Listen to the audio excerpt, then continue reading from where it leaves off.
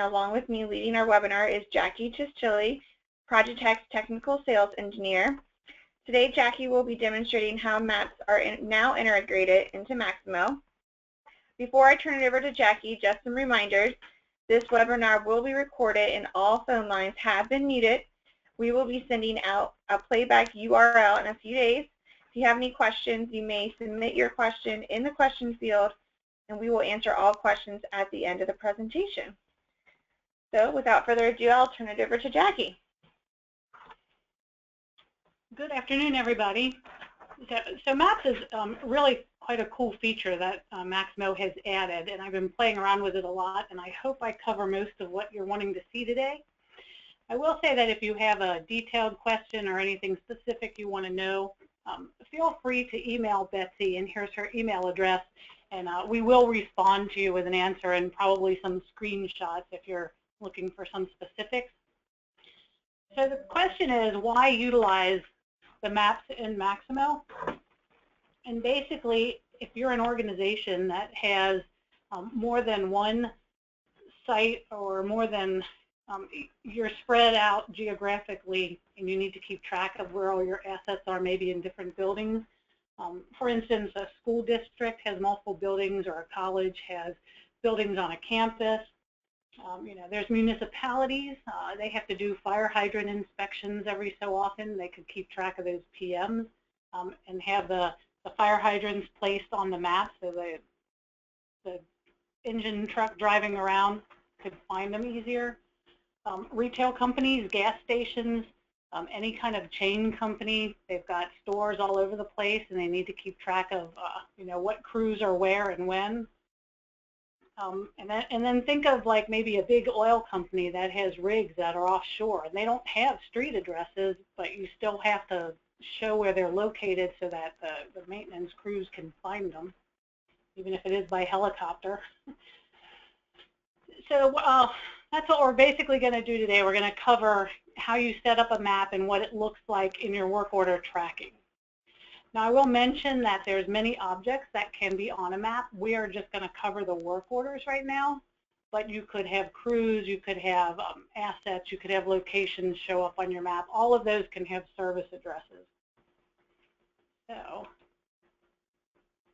I know you didn't come here to hear me talking. I'm going to click right now into Maximo, and I'm going to sign in here.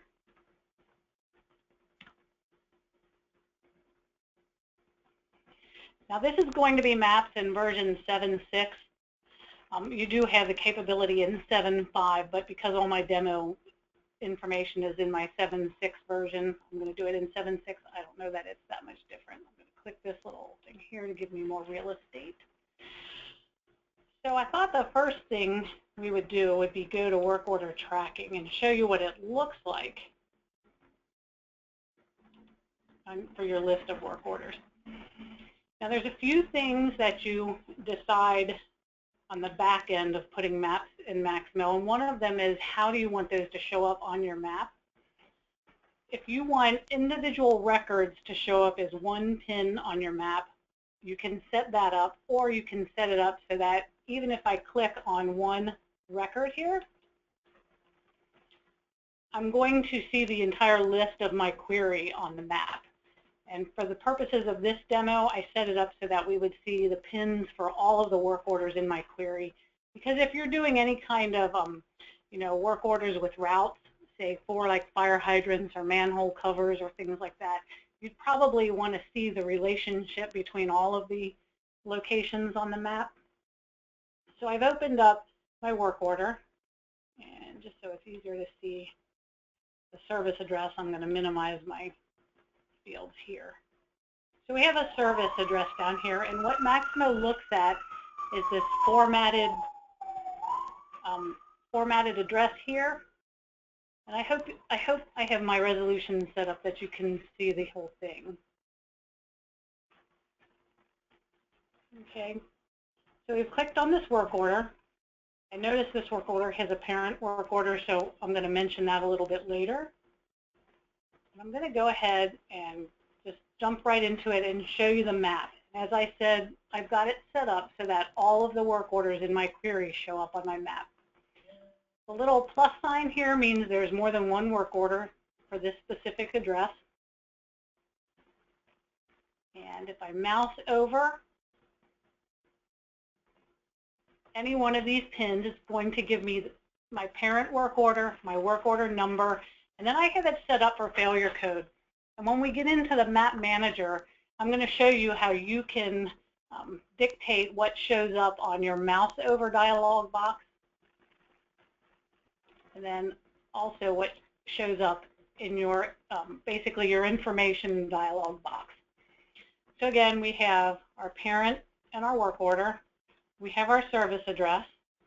We have the status. Some of this stuff is default. It's populated by default. Some of it we can put in. The scheduled start down here, a couple things I want you to notice. This is not a default field that comes into Maximo. I put this in here. I can change the color of my font if I need to. And then, of course, I pulled in the date. Now, we also have the more information drop-down menu. And again, this can also be configured to what you want to have show up in your more information. This is something that would probably be done on the administrative end. So Projetech would actually do this for you. We would have our tech team populate this drop-down menu for you. But these are all probably what I'd call action items. They're things that you want to do or get more information. So one that I put in here that is not defaulted is this create work order. So if I'm out working in the field and I'm at a specific location and I want to keep these, I want to create another work order, but I want to keep it related, the relationship between the work orders, I could just create a work order here. And I'm going to get a message up here that says this work order was created. So now I'm going to have that relationship between my current work order and that 3781 that I can then go back and populate with all the details that I need to put in. Actually, it went ahead and went to record 3781 here and put it at the same location. Okay, so that's an existing work order. I'm going to go ahead and now create a work order to show you how you put the service address and such in. So let's just go back to our list view. Okay, let's create a new work order. And let's just call this work order September work. Just so we know it, so we can keep looking at it. Okay, I'm not going to bother populating the location and asset information. I'm going to go on down to the address information. And there's a couple different ways to put an address into Maximo. I could just type in a formatted address here, which the way we have it set up, the formatted address is street address, comma, city, comma, state. Or I could go to the service address and I could select a value. So I've got 41 addresses in here that I could choose from. Or I could go in to the service address application. Again, I could select an address from here and return with a value, or I could create a new one. So let's just go ahead and create a new one that's not in here. I'm just going to type in an address that I know is close to here.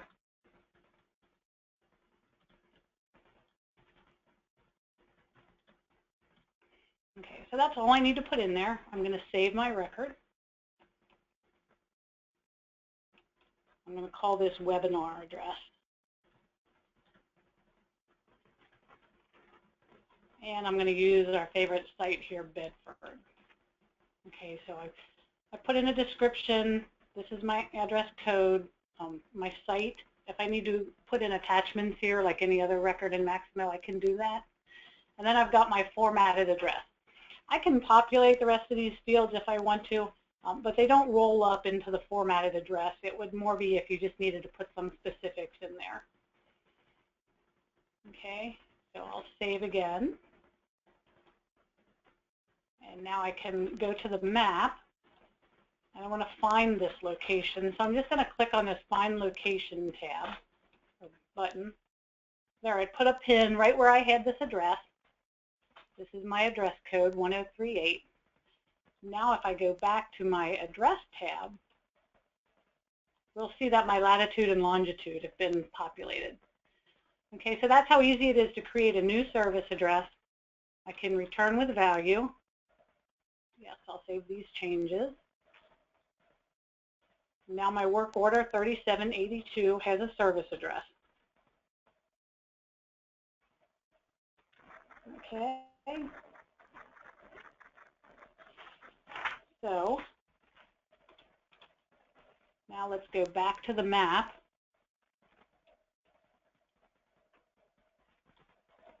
And hopefully I can find this one. Let's just look here. Is that it? 3751. I think that was it. So that's our new one. I'm going to go ahead and click on that just to see the information. Now that was a different one. We want 3782. It should be right around here. There. Now, well, maybe I'll just work with one of the other ones because it might be hidden. I can zoom out and zoom in just like on any other map application. Well, suppose I couldn't find it on here.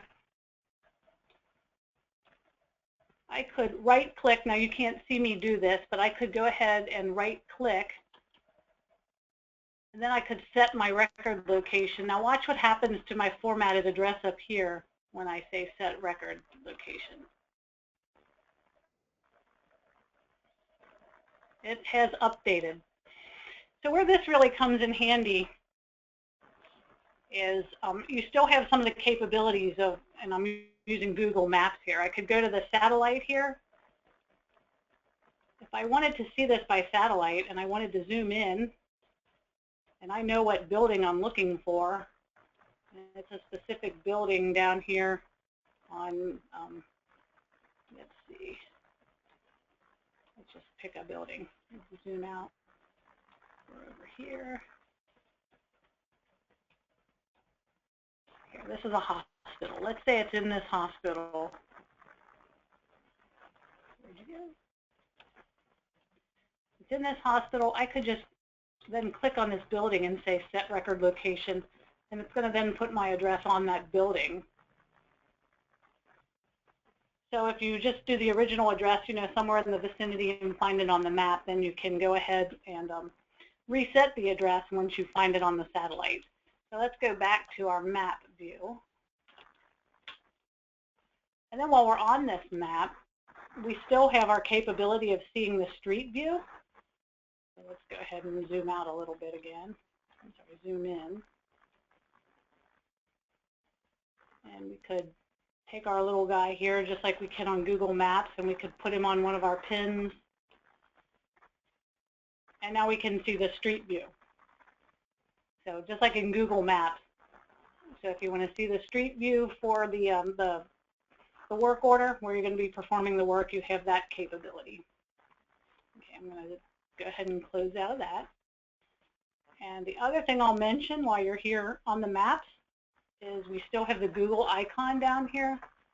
So if you do want directions or something like that, you cannot ask the map in Maximo for the directions, but I can just click on the Google icon here. It's going to open up this Google map in another tab, and then since I'm not really going to demonstrate Google, I think we all know how to use the Google Maps. You can get your directions here or find out any other information directly from Google.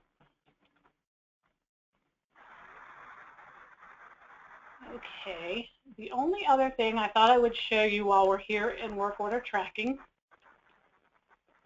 I won't bother saving that.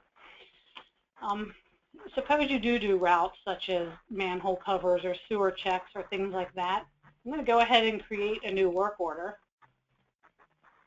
another one, and this is going to be my web route.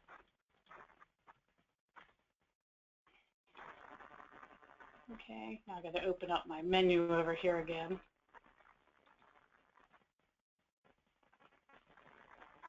There we go.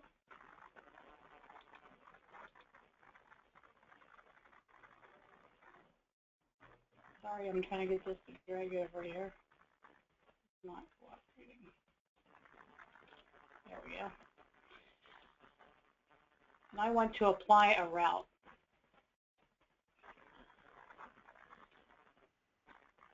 I don't want queries. I want to go down here to more actions, and I want to apply a route. There it is. The only reason I bring this up is if you want to use, if you want to see all of your route locations on a map, there's 3 different ways to create route work orders. One of them is to have each stop in the tasks. So each task would represent another stop on your route, and that won't show up on the map. And the one where you have multiple assets or multiple locations as the stops on a route, that one won't show up either. The only address that would show up would be the parent work order. So if you want all of your route locations to show up on your map, you need to select the route type that has the parent-child relationship. I'm going to pick sanitary sewer check because I know that that route is set up that every time it generates a work order, it's going to be a parent, and then each stop is going to be a child work order. Okay, so there it created all of these work orders. And this is my parent work order. So I'm just going to copy that.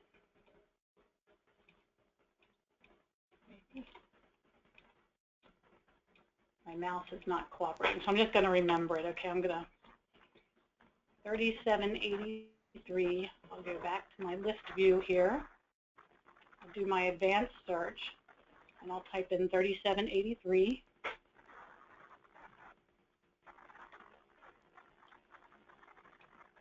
All right.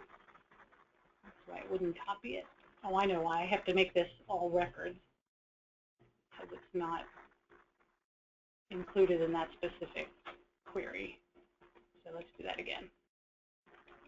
3783.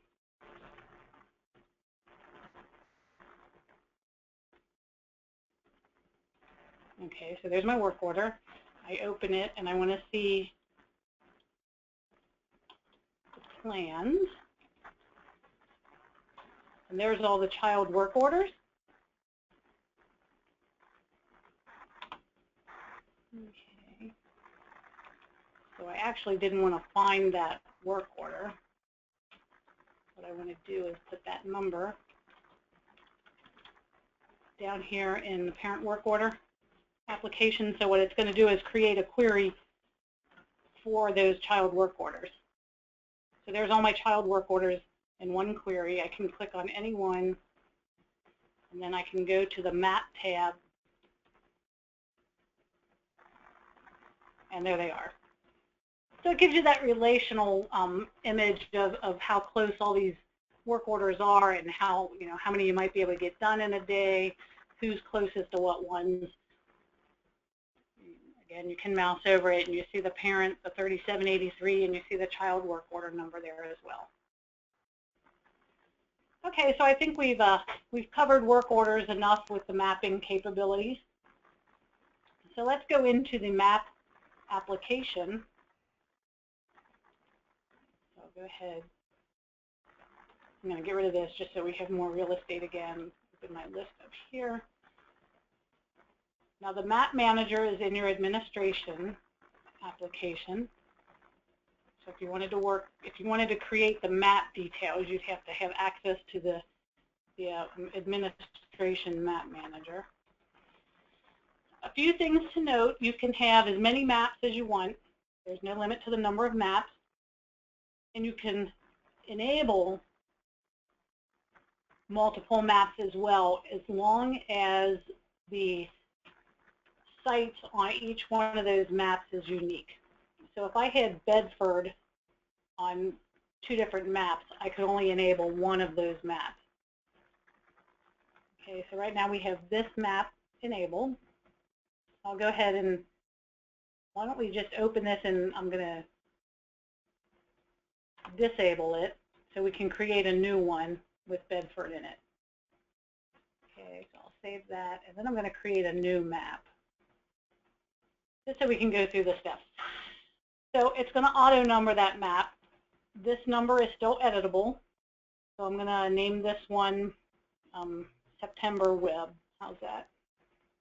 That way I'll remember it. And this is the September webinar.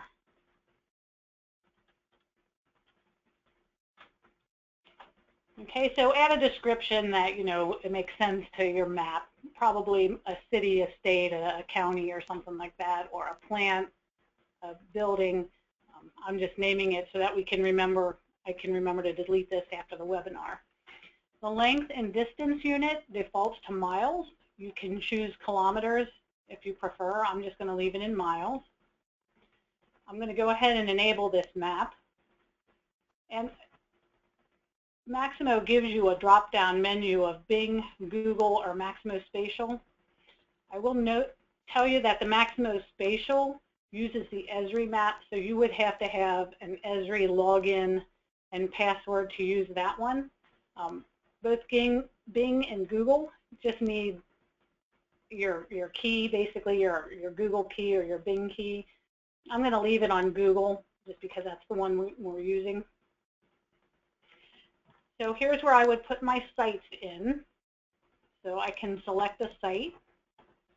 And I'm going to go ahead and select Bedford. Again, I could select multiple sites if I wanted to. And I'll say OK. So now Bedford's in there.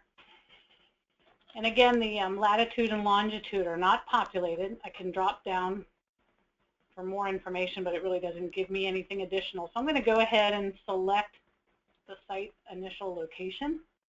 It's going to bring up my map here in a second. It's going out and fetching it. Show all content. Okay, there we go. And it gives me a whole map of the world and at this zoom level. I don't want to find it in the whole world. I'm just going to keep zooming in here. Bedford is actually in Connecticut, but I'm going to put it in Ohio for the sake of our demo here. Past up Ohio. Here's Cincinnati, which is where we are.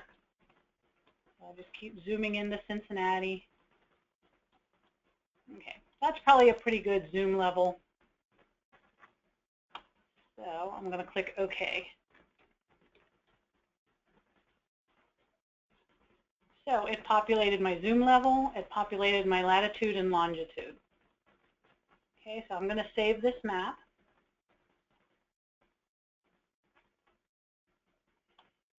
Now we're going to look at the map tips, and this is where you can configure what you want to show up in the dialog boxes.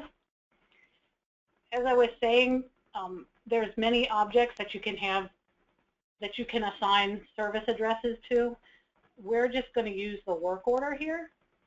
So I'm going to go ahead and click my arrow here to view the details for the work order. Here's that default information that Maximo puts into the dialog box. Now, I am not a developer, and I don't really speak computer language, but I know enough that if I want to put something else in, I can pull that from my little select fields over here, and then it's going to pull data from the Maximo field. So I'm going to go ahead, and remember I told you you could use different font colors if you wanted something to show up on your dialog box. I'm going to go ahead and say I want the scheduled date to show up. So I'm going to type in sched date and a colon. And I'm going to go ahead and highlight that and make it red. Okay, so now it's going to show up red on my dialog box. Now to pull in the actual field information, that's where I'll click my little select fields here. And it's going to bring up the entire list of every field that's available in my work order. Okay, so I have work order at the top here. I'm just going to scroll down to find scheduled start. And just like in the hierarchies or anything else, you click the little blue box, and it's going to put it into your field over here. Takes a few seconds to coordinate that information. Okay, I'm just going to delete right here to pull it up onto the same line. Okay, so that's how easy it is to enter information. Now notice when I typed in scheduled date, I didn't put any symbols before it. If you just type in text, it'll just populate that text on your dialog box. Okay, so I'm going to save this again.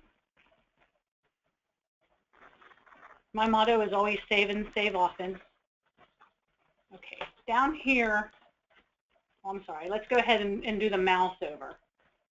The same thing applies for the mouse over. Remember when I moused over and all I saw were the two, the parent work order and the work order number, and then I had put the failure code in. It's the same idea. You would just enter, type in failure code, colon, space, oops, and then go over here and find that field for failure code, which is right there. And notice some of the other information you could put in there if you wanted to. I'm just going to click on the little blue box and give it a second to get together with the Maximo fields. Again, it put it a little in the next row. Because my dialog box or my mouse over dialog box is small, I'm just going to leave it below the failure code. Okay. So we'll save it once again. And then the next thing we'll look at is that drop-down menu for more items or more information. So these are the default ones that Maximo puts in for your work order. But remember, I have wanted to put in the create a work order. So all I would do is create a new row, type in what I want the drop-down menu item to read,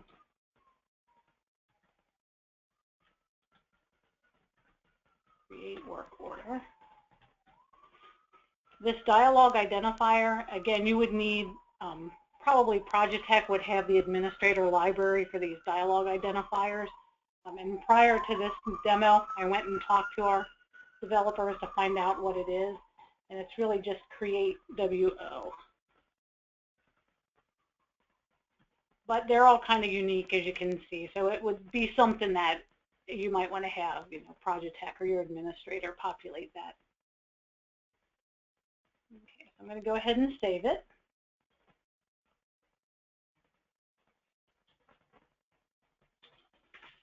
Really, that is all there is to creating a map. So with that, I'm going to go ahead and say we can wrap it up. If anybody has any questions, we've got the question box open, or you can feel free to, like I said, send an email to Betsy. Go ahead and minimize this.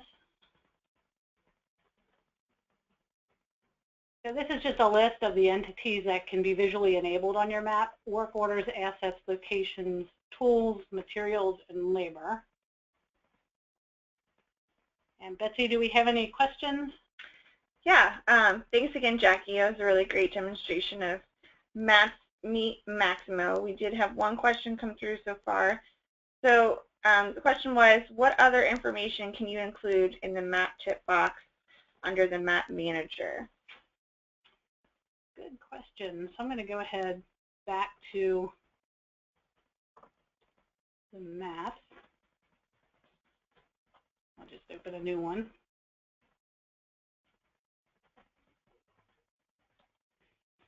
So we were here creating the map tip dialog box. And remember I said if you have, I put the scheduled date here and I didn't have to put any characters around it.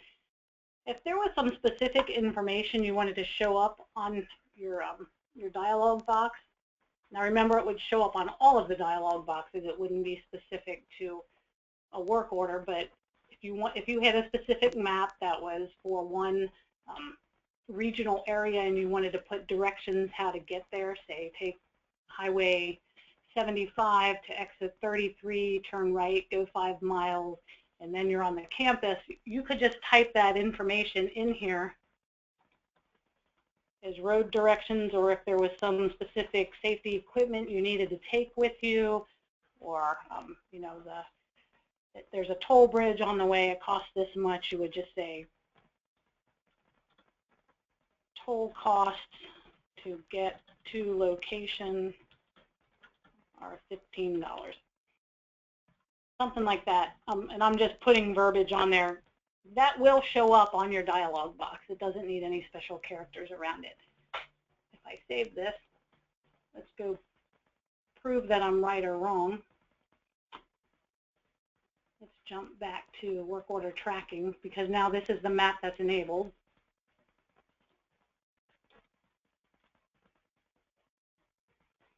And let's just open any one of these. Go to maps.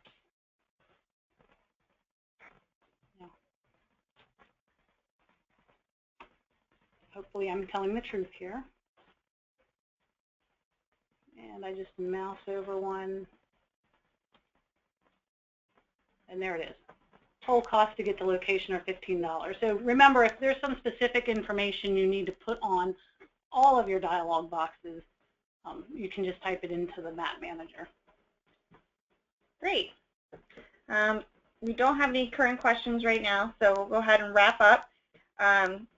Again, if you have any questions, feel free to email me directly. My email address is on your screen right there, bambrosius@projetech.com. Or you can visit our website at www.projetech.com as well for any other Maximo solutions you're looking for. We will be sending out a link to this webinar for your convenience this week. And thank you for taking time out of your day and attending the Maps Meet Maximo webinar. Have a great day.